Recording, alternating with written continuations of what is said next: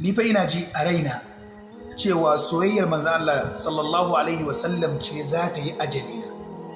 Haka nake ji a raina, saboda yanda nake ji a zuciyarta wa yanda nake son manzon Allah sallallahu alaihi wasallam.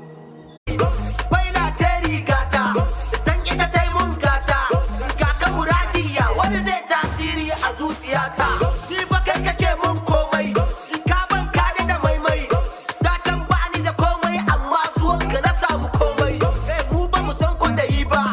me baka ba mu shi ba, ba za na daina kiran ka ba dan shehu yanzu na sanya dan ba, ba za mu rere bo ba, domin a ba mu kuɗi ba, in saki zancen ne kun san shehu ba abun wasa ba, ba za a ganna a can ba, ba za a ganna a nan ba. Wanda suka yi haka sun ji